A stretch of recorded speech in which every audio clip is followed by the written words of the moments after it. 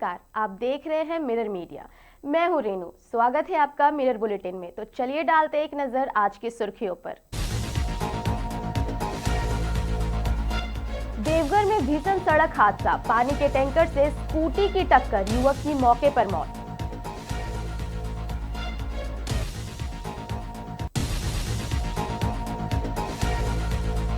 झारखंड में मानसून सक्रिय, आज भी बारिश का दौर जारी, कई जिलों में भारी वर्षा की संभावना।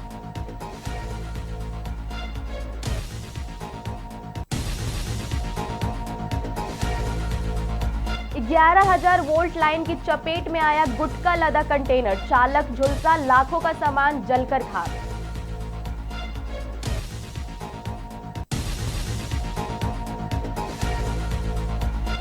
यूपीआई पेमेंट पर लगेगा चार्ज, लोकसभा में विधेयक पास, सरकार को मिला फैसला लेने का अधिकार।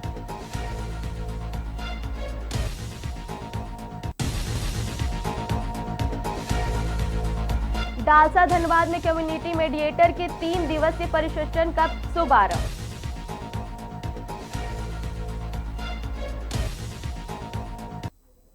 अब खबरें विस्तार से। देवघर में गुरुवार देर रात एक भीषण सड़क हादसे में स्कूटी सवार युवक की मौके पर ही मौत हो गई। यह दुर्घटना जलसार रोड के पास हुई, जहां पानी के टैंकर और स्कूटी के बीच आमने सामने जोरदार टक्कर हो गई। जानकारी के अनुसार स्कूटी संख्या JH15L7376 और पानी के टैंकर JH15V8369 की टक्कर इतनी जबरदस्त थी कि स्कूटी पूरी तरह क्षतिग्रस्त हो गई। हादसे में स्कूटी चालक अरविंद बनवाल की घटनास्थल पर मौके पर ही मौत हो गई। अरविंद बनवाल मूल रूप से झाझा के निवासी थे और वर्तमान में देवघर के भगवान टॉकीज के पास किराए के मकान में रहकर व्यवस्था करते थे। घटना की सूचना मिलते ही परिजन और परिचय मौके पर पहुंचे, जहां मातम का माहौल बन गया था। मिलने पर पुलिस घटनास्थल पर पहुंची और शव को कब्जे में लेकर पोस्टमार्टम के लिए सदर अस्पताल भेज दिया गया। दुर्घटना क्षतिग्रस्त स्कूटी और पानी के टैंकर को भी जब्त कर लिया गया। फिलहाल पुलिस मामले की जांच में जुटी है। दुर्घटना किन परिस्थितियों में हुई और इसमें किसकी लापरवाही रही, इसका पता जांच के बाद ही चल सकेगा।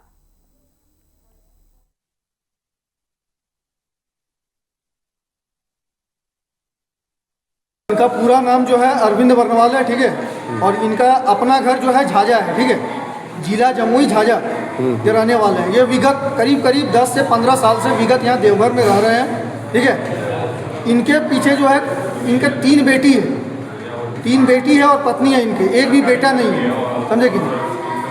ये घटना कहाँ हुआ, कैसे मालूम चला आपको?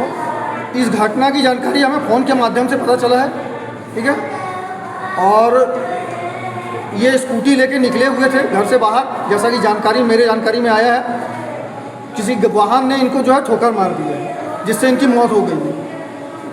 क्या चाहते हैं प्रशासन से? प्रशासन से मेरा बस इतना निवेदन है कि जो आरोपी है, आरोपी को आप पकड़ के गिरफ्तार कीजिए। लगभग सूचना मिली थी कि जलसार मोड़ के पास एक स्कूटी सवार के साथ दुर्घटना हो गई है, वाहन दुर्घटना।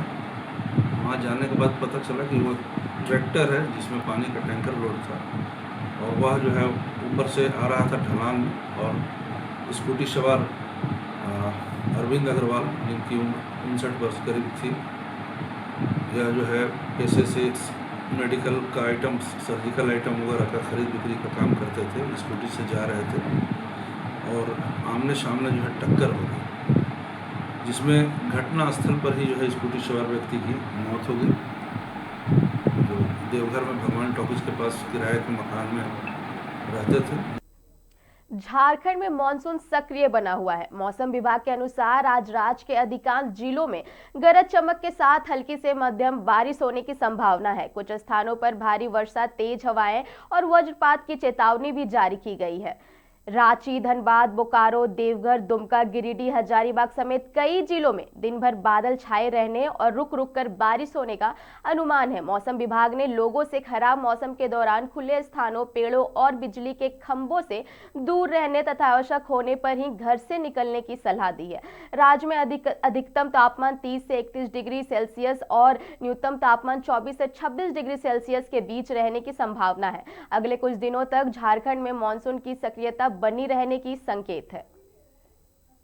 धनबाद में प्रतिबंधित पान मसाला और गुटखा की बड़ी खेप को लेकर बड़ा मामला सामने आया है। 11,000 वोल्ट के हाईटेंशन तार की चपेट में आने से गुटखा से लदा एक कंटेनर हादसे का शिकार हो गया। हादसे में चालक गंभीर रूप से झुलस गया, जबकि लाखों रुपए का गुटखा जलकर राख हो गया। इसके बाद मौके पर बचा हुआ गुटखा लूटने की होड़ मच गई। जानकारी के अनुसार ट्रेलर संख्या NL 01AJ1168 डायरेक्टर कंपनी का गुटखा लेकर धनबाद में कथित रूप से सचिन जायसवाल नामक व्यक्ति की फैक्ट्री में अनलोड कराने जा रहा था, लेकिन फैक्ट्री पहुंचने से पहले ही धनबाद के रजवार बस्ती बिष्टुपुर इलाके में वाहन 11,000 वोल्ट के बिजली तार के चपेट में आ गया। हादसे में ट्रेलर चालक बुरी तरह झुलस गया, जिससे तत्काल इलाज के लिए SNMMCH में भर्ती कराया गया। वहीं ट्रेलर में लादा लाखों रुपए का गुटखा आग की भेंट चढ़ गया। आग बुझने के बाद जो माल बचा उसे ले जाने के लिए मौके पर लोगों की भीड़ जुट गई और लूट जैसी स्थिति बन गई। घटना की सूचना मिलते ही धनबाद थाना पुलिस मौके पर पहुंची और पूरे मामले की जांच शुरू कर दी। फिलहाल यह स्पष्ट नहीं हो पाया है कि गुटखा किस फैक्ट्री में भेजा जा रहा था। हालांकि कुछ बोरों पर सचिन नाम लिखा हुआ था। अब सबसे बड़ा सवाल यह है कि जब राज्य में पान मसाला और गुटखा पर प्रतिबंध लगा हुआ है, तो इतनी बड़ी मात्रा में यह खेप शहर तक कैसे पहुंचा। इस पूरे मामले में पुलिस जांच कर रही है और सप्लाई चेन से जुड़े लोगों की भूमिका भी जांच के दायरे में है।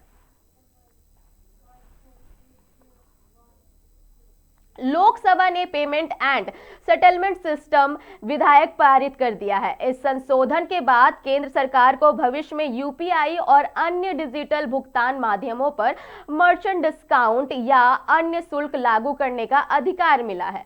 हालांकि इसका मतलब यह नहीं है कि UPI भुगतान पर तुरंत कोई चार्ज लग जाएगा। फिलहाल UPI से होने वाले लेन देन पहले की तरह निःशुल्क जारी रहेंगे। भविष्य में शुल्क लगा करना है या नहीं, किन लेन देन पर लागू होगा, इसका फैसला केंद्र सरकार अधिसूचना जारी कर करेगी। वित्त मंत्री निर्मला सीतारमण ने स्पष्ट किया है कि आम उपभोक्ताओं द्वारा किए जाने वाले UPI भुगतान पर फिलहाल कोई शुल्क नहीं लगाया जा रहा है। उन्होंने कहा कि यदि भविष्य में MDR लागू किया जाता है तो उसका प्रभाव मुख्य रूप से व्यापारियों पर होगा, न कि सामान्य UPI उपयोगकर्ताओं पर।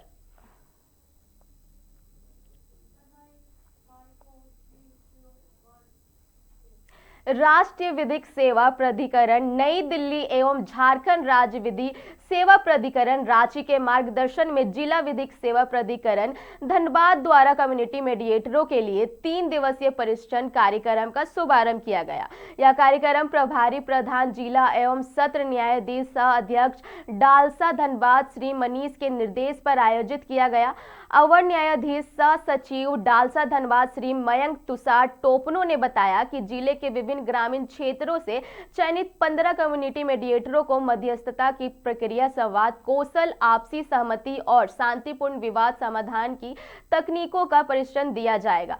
प्रशिक्षण के बाद सभी कम्युनिटी मेडिएटर पंचायत सचिवालय में बैठक पारिवारिक, सामाजिक एवं छोटे छोटे स्थानीय विवादों का सुलह समझौता के माध्यम से समाधान करने में महत्वपूर्ण भूमिका निभाएंगे। इनसे न्यायालयों में लंबित मामलों का बोझ कम होगा और ग्रामीणों को अपने क्षेत्र में ही त्वरित, सुलभ एवं कम खर्च में न्याय मिल सकेगा। डालसा का उद्देश्य ग्राम स्तर पर विवादों का शांतिपूर्ण समाधान सुनिश्चित कर न्याय तक आम लोगों की पहुंच आसान बनाना और समाज में आपसी सद्भाव एवं भाईचारों का बढ़ावा देना है।